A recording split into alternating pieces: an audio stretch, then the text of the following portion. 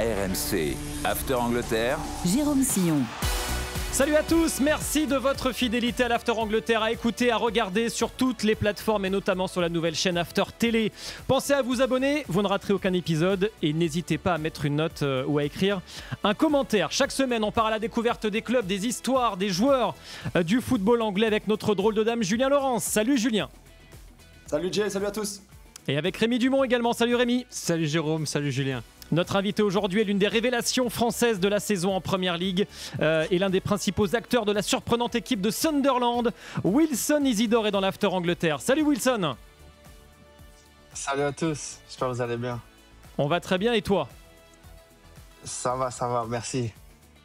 Merci d'avoir répondu à notre invitation. On va parler de ton rôle majeur sur le front de l'attaque des Black Cats, revenir sur ta carrière, analyser la recette du succès du promu Sunderland. C'est parti pour l'After Angleterre. Alors déjà, on va regarder les chiffres de Wilson, Rémi, et ils sont bons, ces chiffres pour cette première saison en Première Ligue. Ouais, avec Sunderland, cette saison en Première Ligue, c'est 11 matchs, 4 buts marqués, pas de passe décisive, mais le tout en 692 minutes. Tout simplement, tu es le meilleur buteur de l'équipe, Wilson. Tu n'as pas forcément débuté dans la peau d'un titulaire. Je veux savoir quel avait été le déclic cette saison. Est-ce que c'est ton but contre Brentford lors de la 3e journée qui a offert d'ailleurs la victoire à Sunderland? Ouais, c'est vrai qu'au début, je n'étais pas forcément parti pour être titulaire, mais au final, ouais, comme vous l'avez dit, il y a eu un déclic. Et je pense que ça a été vraiment ce but contre Brentford. Après ça, le coach m'a accordé beaucoup plus de confiance et surtout, j'ai été sur ma lancée et même moi, j'avais plus confiance en moi. Donc, ouais, je pense que c'est ça qui m'a beaucoup aidé. C'est qui l'autre attaquant, Wilson, avec lequel tu te retrouves en concurrence? Enfin, le ou les attaquants d'ailleurs, parce que j'imagine qu'il y a du monde. Ouais, on est 3 attaquants. Donc, il y a Eliezer Mayenda, qui est formé à Sochaux et en sélection jeune espagnole. Et on a Brian Brobbey, aussi, qui est arrivé de l'Ajax d'Amsterdam cet été. Et donc, on est trois attaquants. Mais on a une concurrence assez saine, on s'entend assez bien, donc on est content. Et profils différents en plus. Ouais, c'est clair que c'est 3 profils différents. On a Brobbey qui est une machine physique qui peut garder le ballon contre 3 défenseurs. Une bête de puissance. Mayenda qui est plus fin techniquement, qui est capable d'éliminer un contre un, très fort techniquement. Et puis il y a moi qui suis plus ils appellent ça un runner ici en Angleterre, qui court dans les espaces, qui essaye de faire... qui joue sur sa vitesse. Et puis voilà, hein, c'est comme ça qu'on nous différencie un peu les 3. Rémi, Wilson est également l'attaquant du coup le plus dangereux cette saison chez les Black Cats. Ouais, cette fois-ci en termes de stats, il y a 0 concurrence puisque Wilson cette saison en Première Ligue avec Sunderland a donc marqué 4 buts. Tu es le meilleur buteur de l'équipe. Tu es aussi celui qui tire le plus, 22 depuis le début de saison, et tu es aussi celui qui cadre le plus, 7, et tu es celui qui a le plus de XG comme on dit, 2,4. Voilà, offensivement, comment t'expliques ça, cette forme justement offensive, le fait que tu sois premier dans le secteur offensif? Bah, principalement, c'est mon travail déjà. C'est ce qu'on me demande de faire. Et puis, non, je pense que l'équipe, on a un style de jeu qui me convient parfaitement. Donc, c'est vrai on n'a pas souvent le ballon comparé aux grosses équipes. Et puis, du coup, on attend. Et puis, quand on doit partir en contre-attaque, c'est là où mes qualités explosent le plus. Pourtant, même si j'ai marqué qu'un but en transition cette année, je pense que c'est là où je peux me révéler le plus. Et puis après, pourquoi je frappe beaucoup? Parce que j'ai envie, j'ai faim, j'ai envie de montrer que je suis capable d'évoluer à ce niveau-là et puis surtout atteindre des objectifs supérieurs encore. Julien, toi qui suis les matchs des Black Cats, qu'est-ce qui te plaît dans ce début de saison de Wilson? On parlera de l'équipe un peu après. Moi j'aime tout ce qu'il fait. Effectivement, j'aime sa façon de presser aussi. Il a parlé de cette étiquette un petit peu de runner pour prendre les espaces, ça c'est sûr, mais je pense qu'il est très important pour cette équipe hors possession, quand ils n'ont pas le ballon, quand ils vont aller chercher, quand ils vont presser, tout le travail défensif qu'il peut faire aussi. C'est un joueur qui donne beaucoup pour son équipe, c'est très important aussi. Et puis moi, c'est cette efficacité-là aussi. En plus, il y a des buts pour moi, c'est des buts variés. Tu as mentionné tout à l'heure, Will, que tu avais un but en transition, mais il y a le but à Chelsea qui est un vrai but de poacher, comme disent les Anglais, de renard des surfaces. Il y a des têtes, il y a un peu de tout. Et c'est ça qui est beau, moi, je trouve. C'est que dans ton éventail, il y a un petit peu de tout.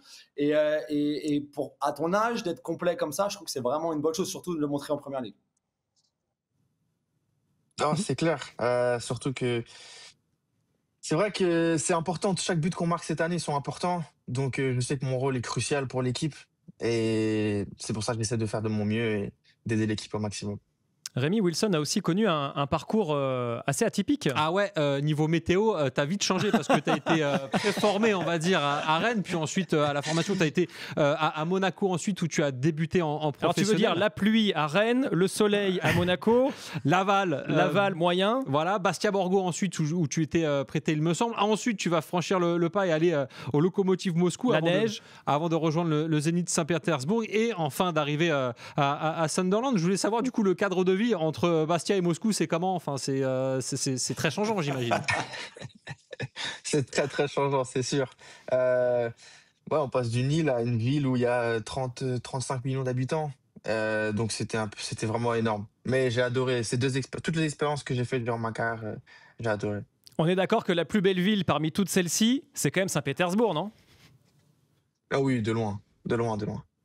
Bon, parce que tous ceux qui ne connaissent pas, un jour, j'espère qu'on pourra retourner en Russie quand les conditions le permettront. Aller à Saint-Pétersbourg, c'est une ville absolument merveilleuse, avec une architecture fantastique et un musée aussi, l'Ermitage, qui est somptueux. Comment tu... Bon, on digresse. Comment tu t'es retrouvé à Sunderland, du coup, Wilson? Je me suis retrouvé à Sunderland il y a 1 an déjà. Ça s'est fait grâce à Damien Letalec, qui est directeur des affaires, je pense, à l'étranger pour le Zénith, qui s'est mis en relation avec mes représentants et aussi avec Kirill, Louis Dreyfus. Et ils le ont réussi à propriétaire trouver du club de un arrangement pour Sunderland. me ramener. Pardon, oui, le propriétaire de Sunderland pour me ramener en Angleterre. Et les négociations se sont passées comment? C'est allé très vite. Toi, tu as été très vite convaincu. Qu'est-ce qui t'a amené à quitter Saint-Pétersbourg? Le Zénith, c'est aussi un très gros club. Pour aller en Championship Non, en plus, en faut fait, le rappeler. À l'époque, c'est ouais, Championship, c'est ça. Wilson. Hein. J'ai choisi le Championship. Ouais. C'est vrai. J'ai pas du tout hésité une seule seconde. Pourquoi? Parce que déjà, ça me remettait dans les radars européens. De deux, il y avait le coach Lebris, avec qui j'avais vraiment, vraiment envie de bosser et avec qui j'aurais pu bosser dans le passé, mais ça, s'était pas fait. Et puis surtout, voilà, l'Angleterre, c'est un pays de football. Et nous, quand on fait du football, ce qu'on veut, c'est vivre des émotions, vivre des moments comme ça. Et puis voilà, j'avais fait 3 ans déjà en Russie. J'avais envie de revenir surtout, puis me rapprocher de ma famille parce que j'ai eu des enfants, donc c'est plus facile pour eux maintenant de les voir parce que je suis proche que quand j'étais en Russie. Tu as marqué, Wilson, lors de ton premier match cette saison en Première Ligue avec Sunderland. Est-ce que tu expliques ça aussi par l'expérience que tu as pu vivre avant? Parce que tu as été dans des destinations différentes, des styles de jeu différents. Est-ce que justement c'est ça aussi qui te permet de t'adapter maintenant partout où tu vas? Oui, je pense, mais c'est surtout, comment expliquer ça? Une très grosse détermination. C'est ça, j'ai jamais quitté cette détermination que j'ai eue depuis que je suis tout petit. Et puis je l'ai, comment on appelle ça, améliorée depuis le début de ma carrière. Le fait que voilà, j'aille à Laval, ça se passe pas bien, que je revienne en national, que je revienne à Monaco, faut que j'essaie de prouver, etc., etc. J'ai toujours eu cette détermination et forcément pour mon premier match de Première Ligue, fallait que je montre que voilà, tout ça, c'était pas pour rien. Et Oui. ça m'a réussi, j'ai marqué mon premier match, mon premier but. Tu regrettes rien du tout, Wilson? Tu regrettes aucun de ces transferts-là? Même est-ce que Monaco, c'était pas un tout petit peu trop tôt, par exemple? Si c'était à refaire, tu referais pareil ou tu ferais quoi de différent? Des regrets, j'ai très rarement de regrets. Maintenant, la seule chose qui m'a embêté un peu dans tout ça, c'est de ne pas avoir joué à Rennes, en fait.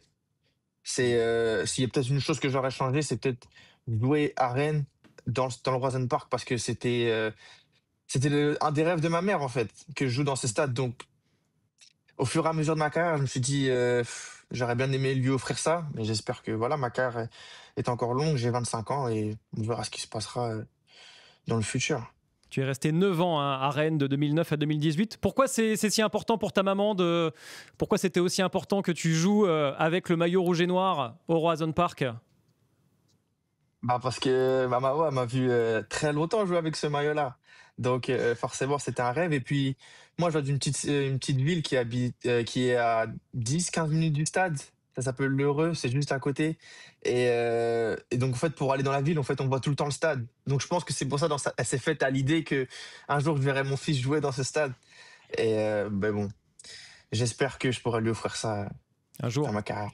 un jour peut-être. Ah Un ouais, jour. Sunderland qualifié en Coupe d'Europe contre Rennes. Hop là, match à Ouais. domicile contre Rennes, et c'est réglé. Puis, la carrière n'est pas terminée. Bien sûr. Très beau. Peut-être que Wilson bouclera la boucle un jour au Stade Rennais. On se dit que la vie est belle, Wilson, quand on regarde la vie d'un point de vue extérieur d'un joueur de foot, mais il y a beaucoup de périodes aussi qui sont plus délicates. Toi, tu as fait le choix, par exemple, d'aller en national dans le petit club de Bastia Borgo. Enfin, il faut expliquer aussi à ceux qui nous regardent et à ceux qui nous écoutent que footballeur pro, c'est non seulement des sacrifices, mais c'est aussi des choix difficiles pour redonner un souffle à une carrière. Oui, exactement. Bah, à ce moment-là, j'avais pas le choix, en fait. J'avais le couteau entre les dents. C'était soit tout s'arrêtait pour moi, parce que à ce moment-là, Monaco était prêt à casser mon contrat. Donc, j'ai pas eu le choix. Et puis, comme je vous l'ai dit, c'était une forme de détermination que j'ai en moi. Et voilà, j'ai pris le couteau entre les dents et je suis allé là-bas pour performer parce que j'étais jeune, j'avais 19 ans, je crois, quand je suis à Bastia Borgo. Et une carrière, ça se construit. On n'est pas tout de suite tout en haut comme Mbappé ou comme des Kamavinga, etc. Ça, c'est des extraterrestres. Enfin, c'est des gens qui ont un talent inouï et on n'a pas tous leur talent. Donc, ça passe par du travail, ça passe par des expériences, par des déceptions, par des moments de joie. Et puis, j'ai senti que, voilà, à Bastia Borgo, ça pouvait bien se passer pour moi. J'étais très bien entouré, avec des gens qui avaient confiance en moi. Et voilà, ils m'ont remis, ils m'ont redonné cette envie de rejouer au football au haut niveau. Et c'est pour ça que, ensuite, bah, ma carrière a vraiment, vraiment commencé. Et derrière, du coup, Rémi, les performances étaient au rendez-vous au plus haut niveau, d'abord en Russie au Lokomotiv. Oui, parce que tu as marqué 19 buts, délivré 7 passes décisives en étant du coup décisif toutes les 103 minutes. Ensuite, au Zénith en 2023-2024, tu as marqué 4 buts, tu n'as pas fait de passe décisive, tu étais décisif toutes les 196 minutes. Et cette saison, enfin plutôt depuis que tu es à Sunderland, c'est 17 buts inscrits, 2 passes décisives délivrées, et donc tu es décisif tous les 210 minutes, ce qui prouve ton évolution et en même temps on va dire ta palette qui devient de plus en plus complète puisque voilà, tu as joué dans différents championnats et à différents niveaux. Tu en veux plus, j'imagine, quand on est avant-centre, les stats, c'est quoi? C'est une obsession? Oui, oui, bah oui, c'est une obsession, forcément. Je suis très, très attiré par le but. Ça va se sentir dans tout, dans mes courses, dans mes pressings, quand je récupère la balle. Ou voilà, ça, vous l'avez vu que je frappais beaucoup parce que je suis obstiné par ça. J'ai vraiment envie de marquer des buts.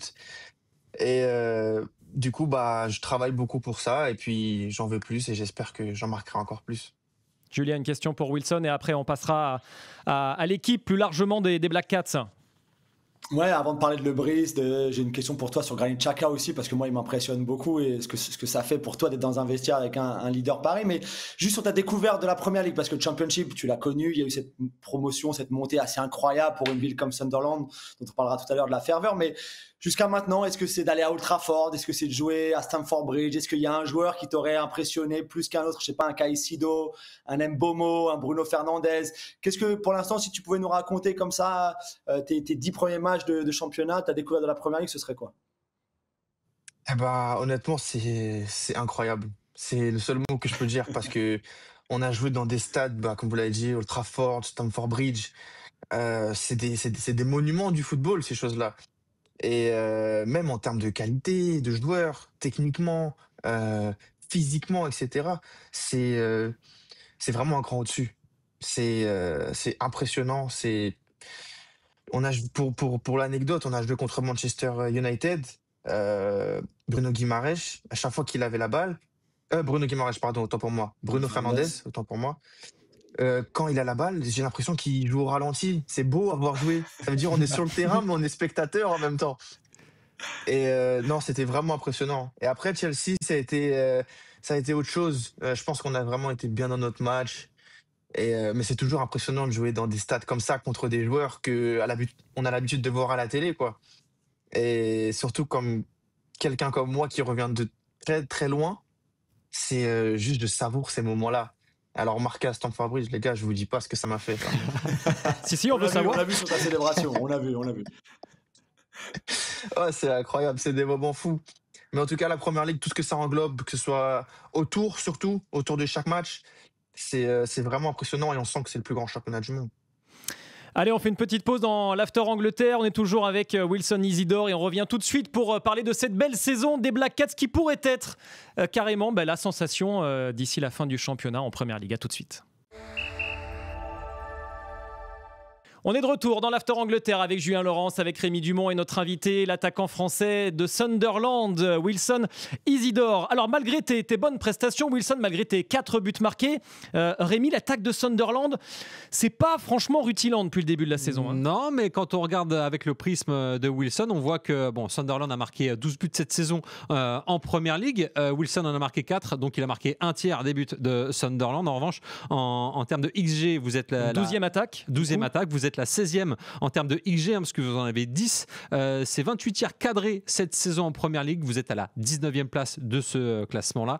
Et en termes de XG, tir 16e avec 0,10 dans ce secteur de jeu. Donc ça veut dire que vous êtes créé 10 occasions de marquer cette saison en Première Ligue. Comment tu expliques ces difficultés encore peut-être à vous montrer encore plus dangereux? Même si vous êtes, on le rappelle, 4e du classement, ça veut dire que vous êtes d'une efficacité redoutable. Chaque but que vous marquez vous rapporte énormément de points, mais il y a quand même des choses à améliorer, on a l'impression, dans votre jeu d'attaque.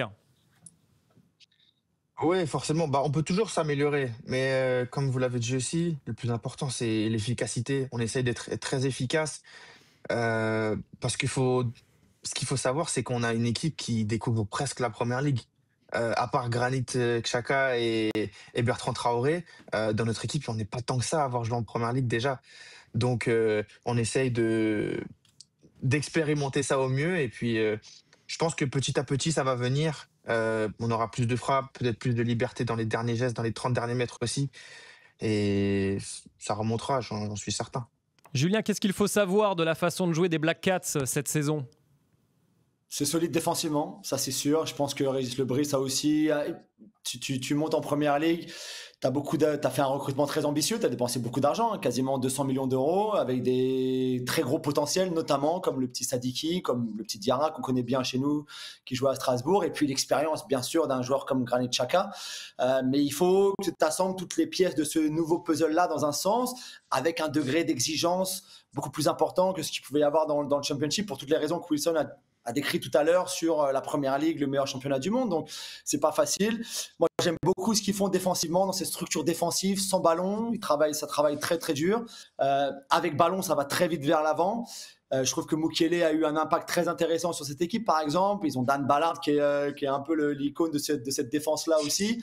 Ça joue sur les qualités, c'est sûr, hein, de physicalité et tout ça.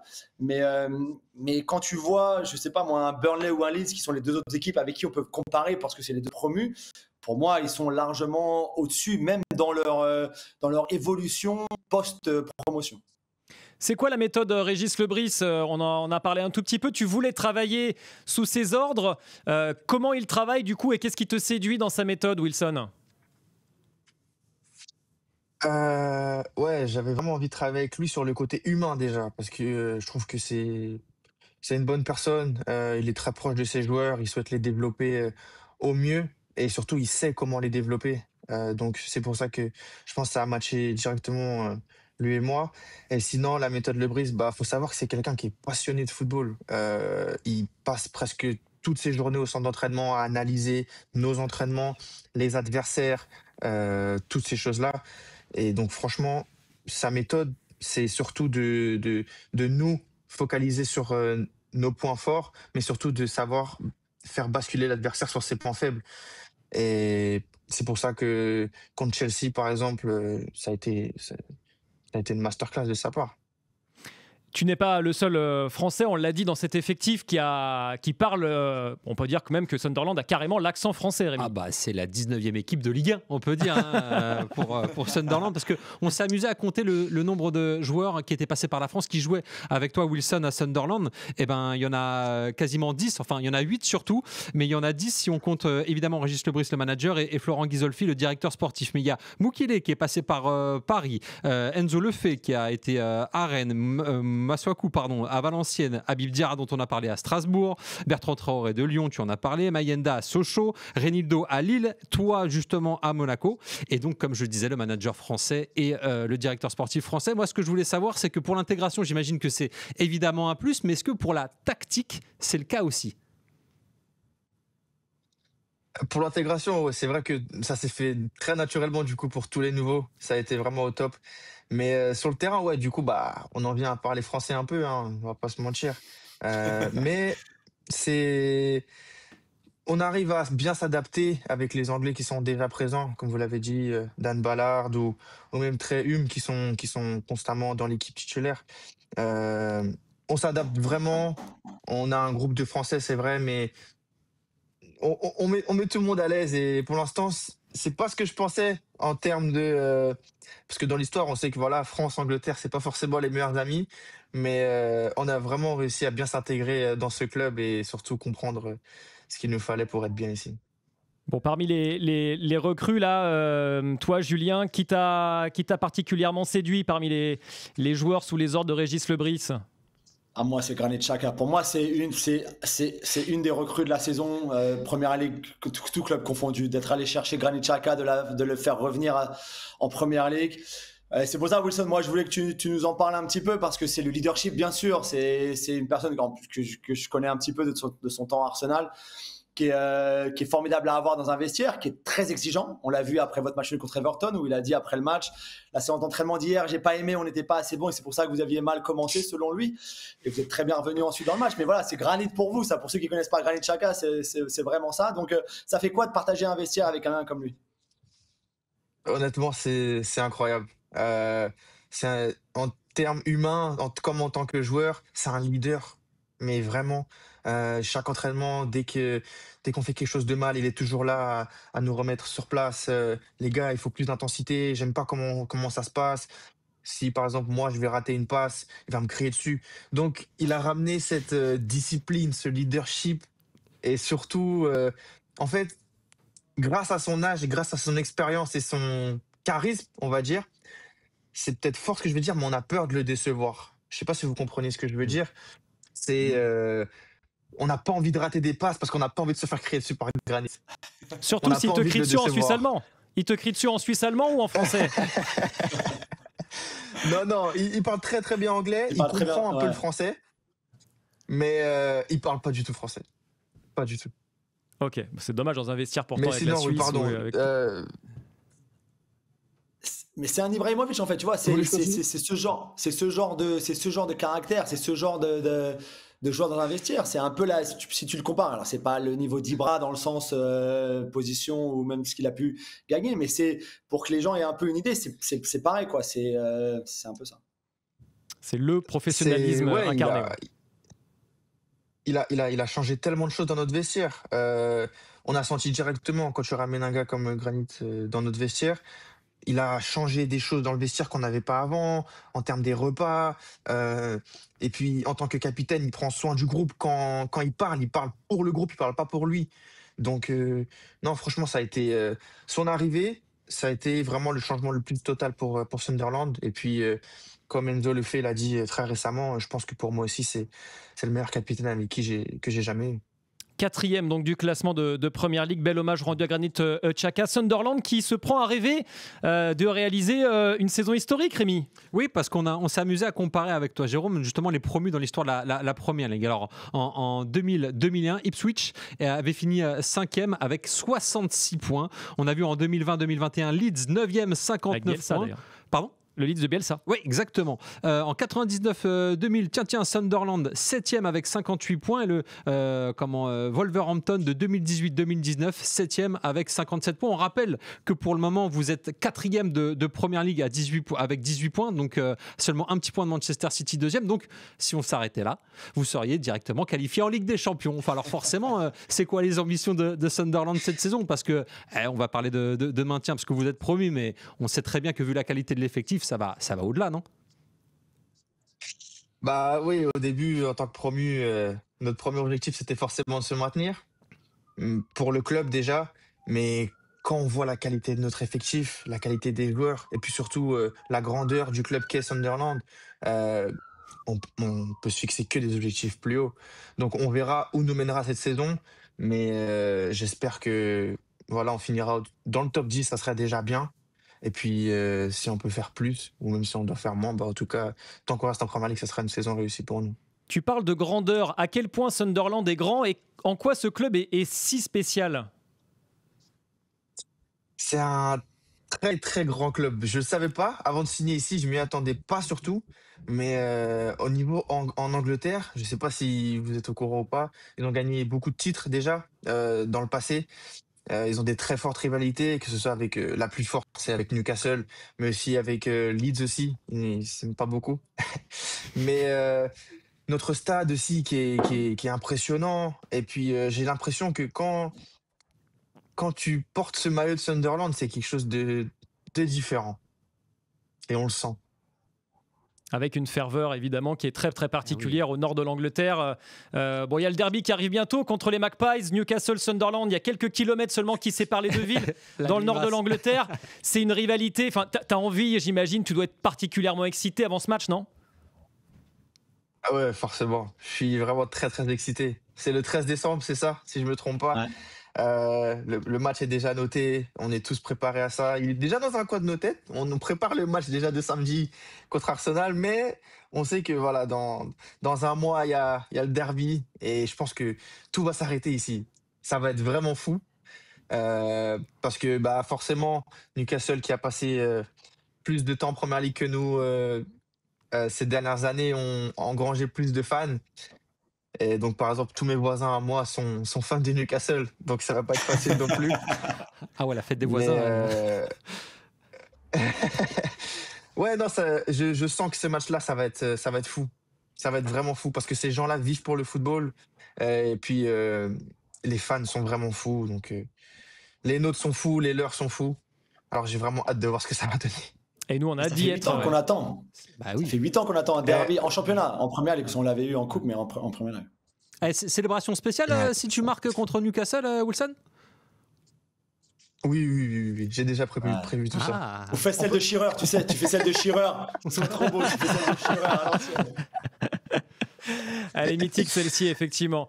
Merci beaucoup Wilson d'avoir été notre invité. En tout cas, on te souhaite le meilleur, une très belle saison sous le maillot des Black Cats. Merci pour ton sourire, merci pour ta gentillesse et ta disponibilité. Bonne chance, plein de buts aussi. Et puis on reste en contact tout simplement. Pas de souci, merci à vous aussi encore, j'ai vraiment apprécié d'être là. Merci. Merci à Julien Laurence, merci Rémi. Si vous aimez nos podcasts, évidemment, n'hésitez pas, il faut télécharger, s'abonner sur les différentes plateformes pour ne rien rater de l'After Angleterre. À très bientôt, ciao. RMC After Angleterre.